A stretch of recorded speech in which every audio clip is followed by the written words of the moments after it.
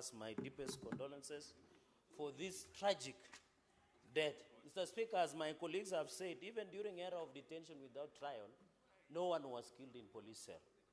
Mr. Speaker, as a professional guest of the state on many occasions, and I've had privileges for spending nights in number of almost 5 police stations in Nairobi, Mr. Speaker, it is very unfortunate. It is very sad, Mr. Speaker. The only place you should be safe is a police station.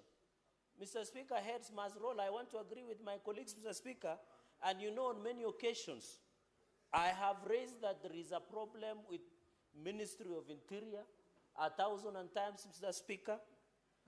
As we speak today, Mr. Speaker, Father Alois Cheruiyot Beth killers are not known. Father Maina killers are not known. Angata Baragoi, 6 people were buried without their killers being not known, Mr. Speaker. Angama Mara, even in Kerio Valley, Mr. Speaker. I request the following, Mr. Speaker. And I agree with colleagues that there are people who are intended to sabotage President William Ruto government.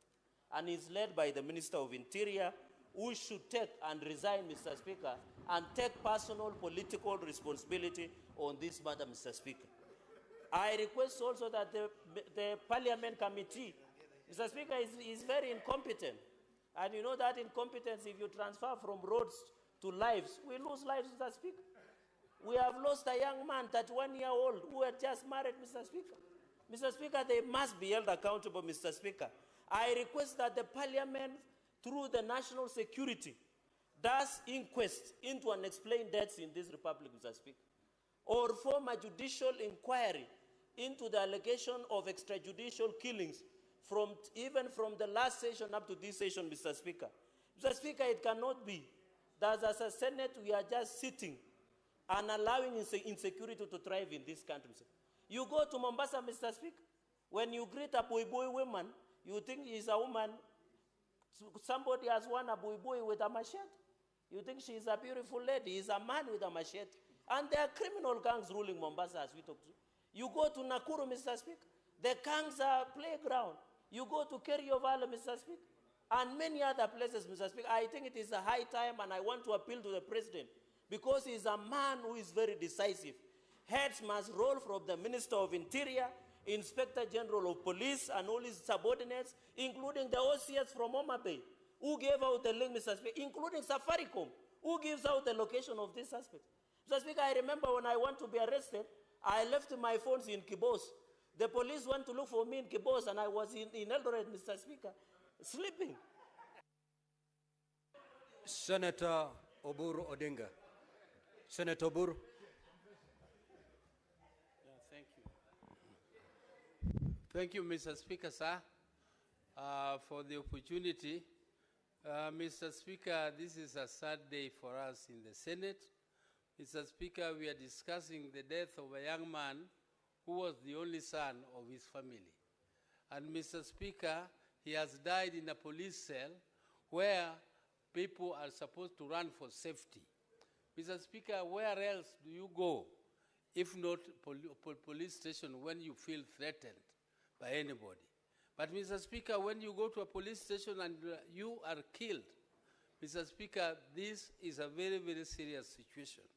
Mr. Speaker, there's one time in this country where we used to have people who speak their minds.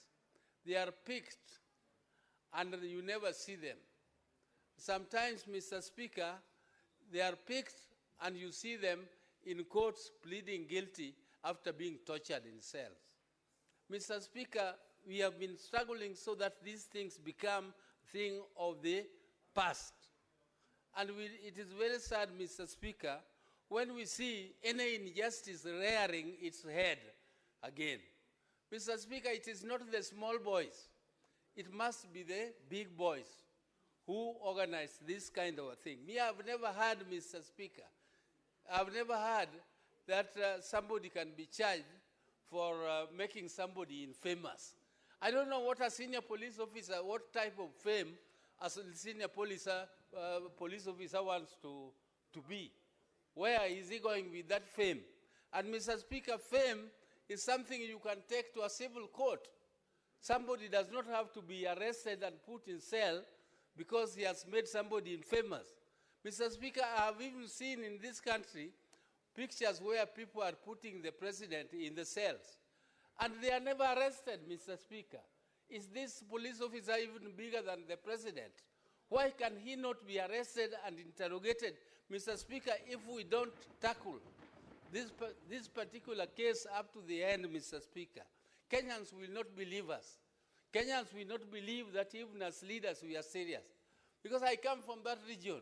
What am I going to tell the people of Homa Bay when I go there that we are in broad-based government? And I don't explain to them how their son was picked and then put in some police cell where there are many police cells, Mr. Speaker, on the way from Oyugis. From Oyugis, there is a police cell there in Oyugis, there's a police cell in Homa Bay, there's police cell in Kisii, there's a police cell in Kisumu. There are so many police cells around there, Mr. Speaker. Why this particular police state? Senator Murango. Asante sana mstahiki Spika kwa nafasi ya kuongelea jambo la kusikitisha kuhusu kijana Albert Ojwang. Jambo la kushangaza mstahiki Spika, hata kama sisi ni wanasesere, hata kama kwa Kenya ni vikaragosi, hakuna venye tungeambia kwamba yule kijana alikuja akajipigisha ukuta hapa Nairobi. Kusema ya kwamba Homa Bay hakuna nyuta, hakuna ukuta. Ukuta alipata Nairobi na akakuja akapiga ukuta akafa. Mstahiki Spika, kivuli cha fimbo hakiwezi kuficha mtu jua. Na hata watu wajaribu kuficha hili jambo namna gani, lazima litakuja kutokea wazi. Juzi niliona ya kwamba maafisa wakuu katika idara ya polisi wakisema wale wandogo wao ndo walifanya hiyo kitendo. Lakini mstahiki Spika, samaki wote hunuka lakini walimshuku kambare. Kama kuna harufu, kama kuna mwozo, ni idara zima ya polisi kuanzia juu mpaka chini. Na kwa hivyo waisema kwamba wale wandogo peke yao ndo walifanya hiki kitendo. Mstahiki Spika, tunaona kama ningekuwa ni Mbwenyenye amewawa, kungekuwa na watu tayari wamekamatwa. Na kuna msemo moja Kiswahili unasema kwamba maskini hedi mkele, na hata angeenda mkele akapakia jahazi mchele tele, urudi na upele. Kifo cha Ojwang kinafaa kuwa venye hatua inachukuliwa wakati wandosi wanawawa. Hata huyu kijana nafaa kuangaliwa na mambo yake ichunguzwe. Lakini unajua mstahiki Spika, ukiona kesi inakaa sana katika kasri ya mfalme, ujue kwamba tajiri ana makosa. Hii kesi ya huyu kijana venye imekuwa ikizungushwa inaonekana kwamba kuna wandosi fulani ambao wako na makosa. Na tusifanye hili jambo likawa ni jambo la kisiasa mstahiki Spika. Lakini iko siku ukiona kivuli cha mtu mfupi kimeanza kuwa kirefu, jua kuna kucha ama ni machweo. Siku moja machweo itakuja kutufikia. Kwa hivyo ningeomba serikali, taasisi za usalama kuhakikisha kuvalia njuga swala hili, kuhakikisha ya kwamba Ojwang isiwe tu kwamba itakuwa ni takwimu ya mtu mwingine amepotea na hakuna kitu imefanyika. Asante sana mstahiki Spika. Senator Mogeni. Mr. Speaker, as we address Kenyans this afternoon, a post-mortem report that has just come out says the late Ojwang was killed due to neck compression, meaning he was squeezed with an intention of being killed. That he suffered soft tissue injuries spread all over the body, meaning a gang inside a police cell in the Republic of Kenya was used to murder this young boy. And then he had head injuries. The conclusion, Mr. Speaker, from 5 pathologists associate these injuries with external forces inflicted in keeping with assault. Mr. Speaker, you are a lawyer. Assault means, Mr. Speaker, that in the Republic of Kenya, we have police officers who arrest citizens, assault them, murder them, and we are behaving like it's normal. Speaking for 3 minutes in the Senate of the Republic of Kenya. Mr. Speaker, this is a serious matter. This is a matter that can bring a revolution, Mr. Speaker. We cannot tolerate, Mr. Speaker, a situation, Mr. Speaker, where a government that is supposed to take care of citizens is watching as we murder innocent citizens in a police cell. Picture this. This young man is the sole child of aged parents. This young man is living behind a wife with a child who is 3 years and another one is 3 months, Mr. Speaker. If this cannot prick our conscience, what will, Mr. Speaker? We cannot allow this, Mr. Speaker. We get abused on social media every day, Mr. Speaker. I've even seen occasions where even the president himself, Mr. Speaker, has faced attack on social media, Mr. Speaker. But you don't react by murdering people, Mr. Speaker.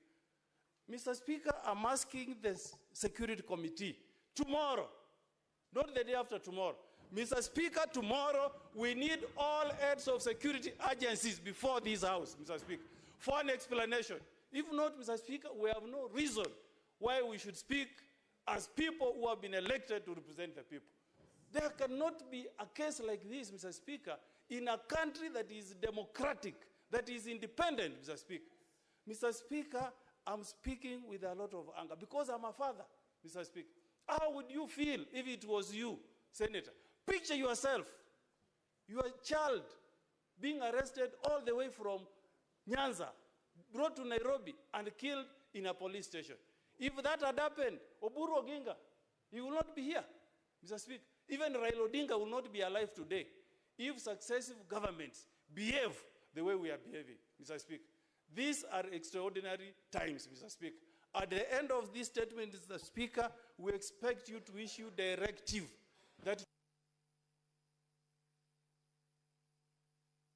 Senator Nyamu. you've been given.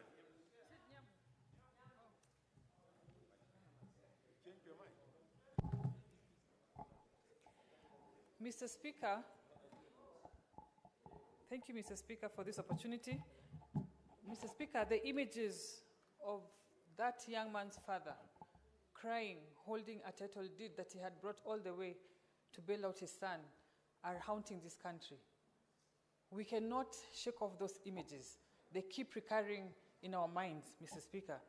And you can imagine what is building up in Kenyans right now. What is shocking, Mr. Speaker, is that even after driving him 400 kilometers from Kisumu, he was not booked in the occurrence book, even as he lay in the cells. That in itself is a red flag that points at the intentions of the officers who arrested him. As we speak, police officers concerned have been indicted. What that means is that as much as they will not continue to carry out their duties, they will continue to earn half their salary.